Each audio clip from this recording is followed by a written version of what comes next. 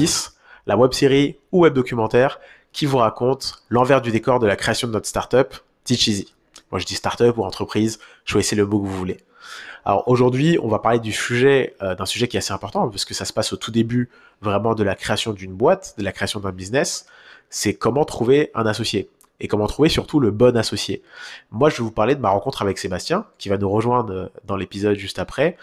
Mais avant qu'on parle de ça, c'est d'abord qu'est-ce qu'un bon associé en fait. Faut bien se mettre d'accord sur les termes. Qu'est-ce qu'un bon associé pour monter un projet ensemble. Alors un bon associé, ça va être quelqu'un qui en fait en qui vous avez confiance. Moi, Sébastien, j'ai énormément confiance en lui, et la confiance, c'est un point clé dans votre association.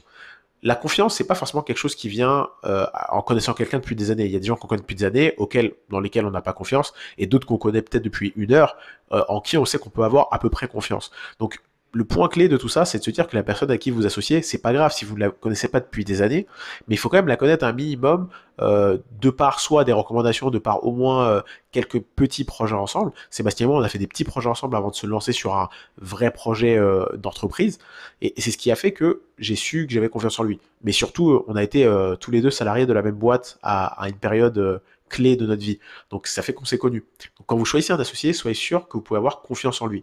Si vous venez de le connaître par X ou Y raison, n'hésitez pas à faire quelques réunions, quelques meetings, quelques sorties, juste pour voir à quel point vous pouvez avoir confiance en cette personne.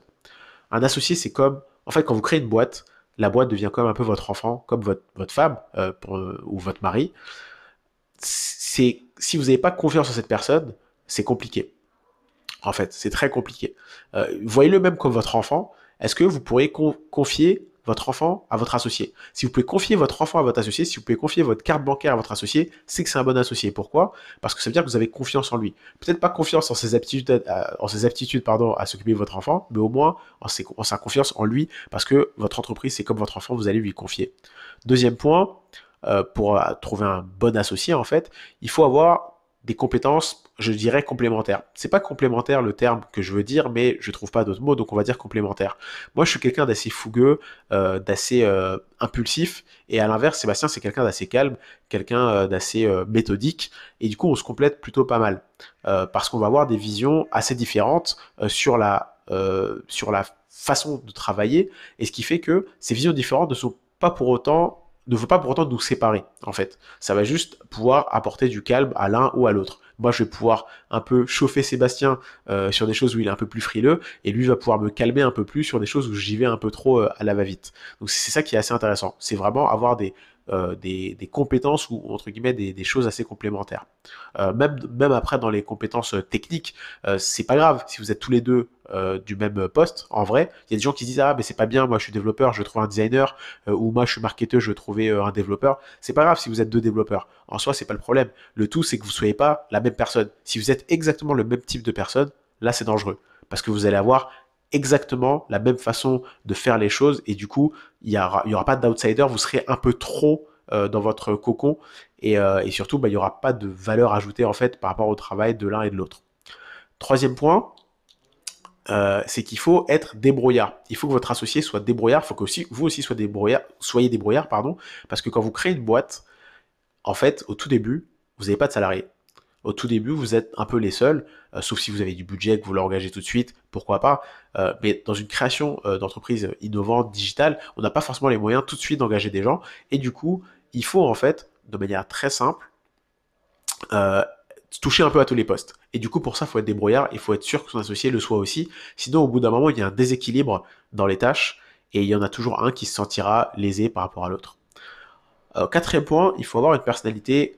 En fait, il faut bien s'entendre avec son associé. Donc, il faut avoir des personnalités qui s'entendent, tout simplement. Parce qu'on peut très bien avoir confiance en quelqu'un, confiance en sa capacité à faire les choses, mais ne pas pour autant s'entendre avec lui.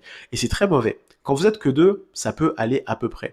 Mais quand vous allez ramener une troisième personne, ou une quatrième personne, ou une cinquième personne dans l'histoire, donc que ce soit des salariés ou des associés, bah, le fait de ne pas s'entendre, qu'il y ait des gens qui ne s'entendent pas, ça crée une mauvaise ambiance, ça crée un mauvais lieu de travail, une mauvaise culture du travail, et surtout ça crée une mauvaise atmosphère. Donc soyez sûr de bien vous entendre. Et le point numéro 5, qui est le plus important pour trouver un bon associé, c'est trouver un associé qui a la même vision que vous. La même vision du produit. Là, je parle bien de la vision du produit, pas forcément de la vie.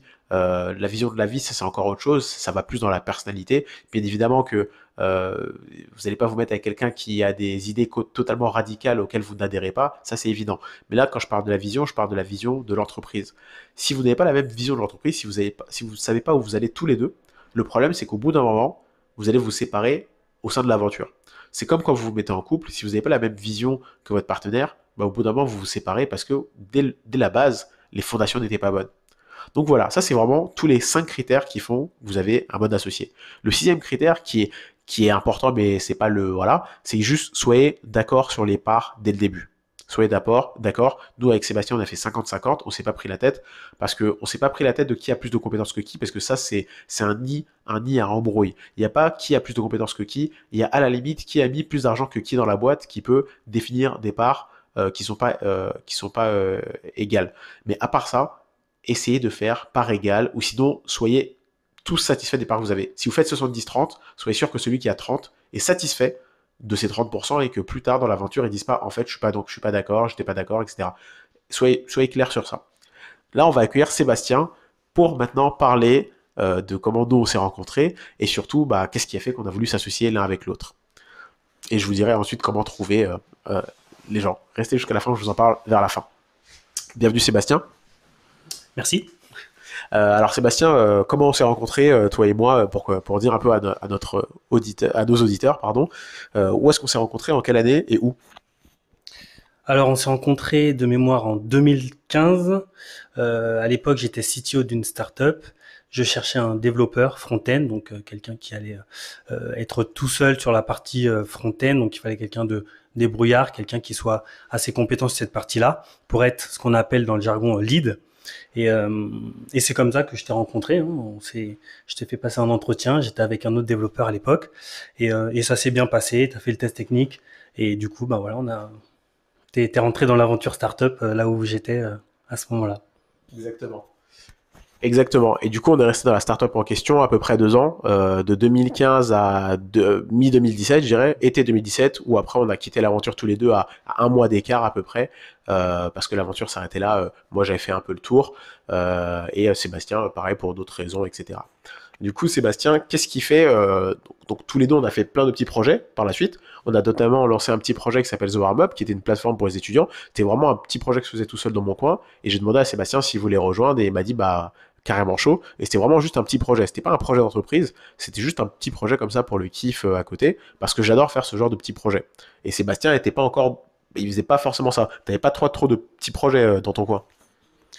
Effectivement, moi je faisais pas de side project hein, comme tu les as appelés la dernière fois sur le premier épisode, mais effectivement quand tu m'as proposé de travailler avec toi, le projet était intéressant. Faut pas oublier que ce qui nous rapproche, c'est aussi le partage, hein, donc tout ce qui est formation. On est tous les deux professeurs dans des écoles d'informatique, donc forcément ces problématiques-là me plaisaient. Et quand tu m'as proposé de te rejoindre, de t'aider, de te donner un coup de main, ça a été avec plaisir parce qu'on s'entendait déjà bien à l'époque. Et puis ça faisait mine de rien quelques bons mois, quelques années qu'on travaillait ensemble, 2 ans. Donc ça a été avec plaisir. Et puis la collaboration s'est plutôt bien passée. Donc et avec le recul, quand on voit ce qu'on fait aujourd'hui avec Teach Easy, ben voilà, c'était une bonne chose.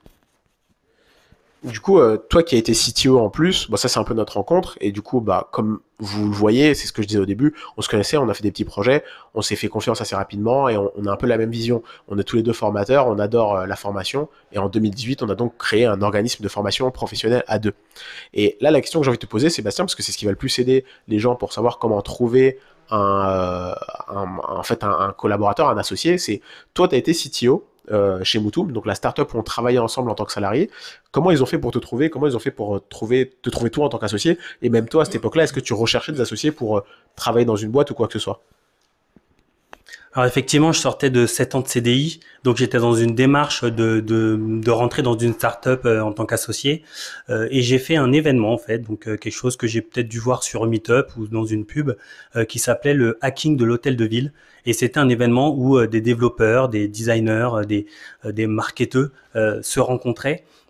Rencontrer en tout cas des startups naissantes, c'était vraiment un événement pour pouvoir networker, et c'est dans cet événement-là début 2015, que j'ai rencontré les deux associés fondateurs de la fameuse startup. Et c'est comme ça que ça s'est fait. Ça a été vraiment entre guillemets un coup de foot professionnel. On a matché. J'ai fait des entretiens avec eux quand même pour être sûr qu'on était qu'on partageait la même vision. Tu l'as dit tout à l'heure, c'est quand même très important parce que si on partage pas la même vision, au début on peut avoir le bon feeling et au bout de 1 an, 2 ans, 3 ans, complètement se séparer. Donc à ce niveau-là, ça matchait plutôt bien. Donc on a décidé de travailler ensemble. Donc c'était en 2015.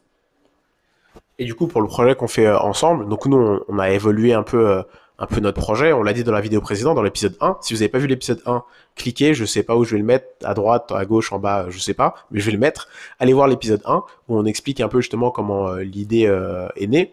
Mais là, on va faire un petit rappel. Donc nous, en 2018, on a créé notre organisme de formation. Au sein de cet organisme, on voulait au bout d'un moment, pendant 2 ans, on faisait pas mal de formations et du freelance à côté, mais on n'avait plus fait de projet ensemble où on a vraiment codé ensemble. Là, on voulait coder un projet ensemble. Et du coup, on avait une idée. On a commencé par une idée d'outils internes. Ça s'est pas fait parce que pour plusieurs raisons. Après, on a eu une idée de marketplace qui s'est pas fait à cause du business model. On n'aimait pas le business model. On n'adhérait pas assez. Ensuite, il y a eu le Covid. Et cette idée d'outils internes s'est ensuite transformée en une autre idée d'outils internes qu'on a décidé d'ouvrir. Et c'était un outil pour créer des formations en ligne. Vu qu'on fait de la formation et qu'on savait qu'on allait devoir nous digitaliser notre organisme de formation, on s'est dit, bah, on va en créer cet outil, l'outil qui nous convient à nous, parce qu'on avait des problèmes avec les outils existants. Et c'est comme ça qu'on a fait. Qu'est-ce qui fait, on va pas parler de l'association pour Teach Easy, parce qu'on se connaissait déjà, mais pour l'organisme de formation, qu'est-ce qui fait que tu t'es dit, je vais m'associer avec Ariel? Alors la première raison qui fait que j'ai accepté volontiers de m'associer avec toi, c'est que on partage des valeurs communes, donc notamment les valeurs liées au travail. Je sais que t'as pas du tout peur de foncer, de travailler, de te lancer dans des projets, et voilà. Moi j'aime aussi ces valeurs-là. Après c'est vrai que comme tu l'as dit tout à l'heure, on est quand même différents. Toi tu étais dans le freelancing bien avant, notamment de rentrer dans la startup. Tu as à côté pas mal de projets, donc c'est forcément un questionnement que j'ai pu avoir au début, de me dire est-ce que ça peut bien fonctionner, de travailler, de s'associer avec quelqu'un qui n'a pas qu'un seul projet mais qui en a plusieurs. Et finalement, avec le recul, on se rend bien compte que ça marche très bien. Voilà, on s'est bien entre guillemets trouvé. L'association marche bien. Les différents projets, donc il y en a qui ont été qui ont été menés à bien. Je parle par exemple de l'organisme de formation. Il y a d'autres petits projets qu'on a dû abandonner pour telle ou telle raison. Mais finalement, voilà, il n'y a aucun moment où on a eu de la frustration. On sait que ça fait partie de la vie de l'entrepreneur, d'avoir des succès et aussi des échecs. Et voilà, donc ces valeurs communes nous ont clairement réunis. Et aujourd'hui, en tout cas, je le regrette pas. J'espère que toi non plus. Non, pas du tout. Bah, pareil comme Sébastien, moi j'avais déjà quelques projets à côté. Je faisais déjà des petits side projects.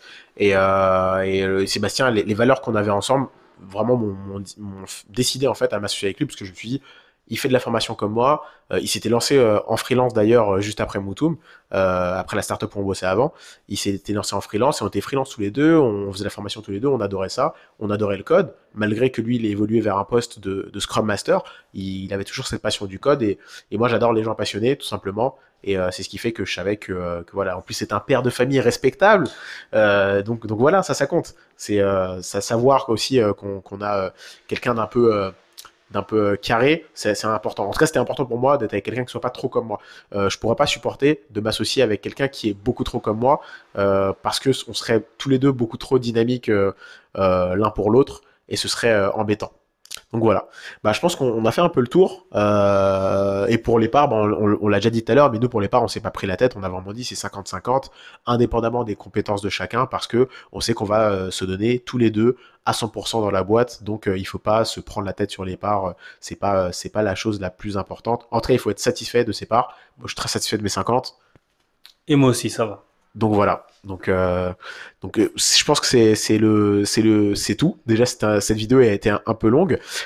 On vous rassure, les autres vidéos seront un peu plus courtes. Je pense que ces deux premiers épisodes sont un peu les plus longs parce qu'il y a beaucoup de choses à dire. Et surtout, on vous dit vraiment l'envers du décor, en fait. C'est ce pourquoi vous avez signé. Alors, n'hésitez pas à commenter, à nous dire quels devraient être les prochains épisodes si vous avez des idées.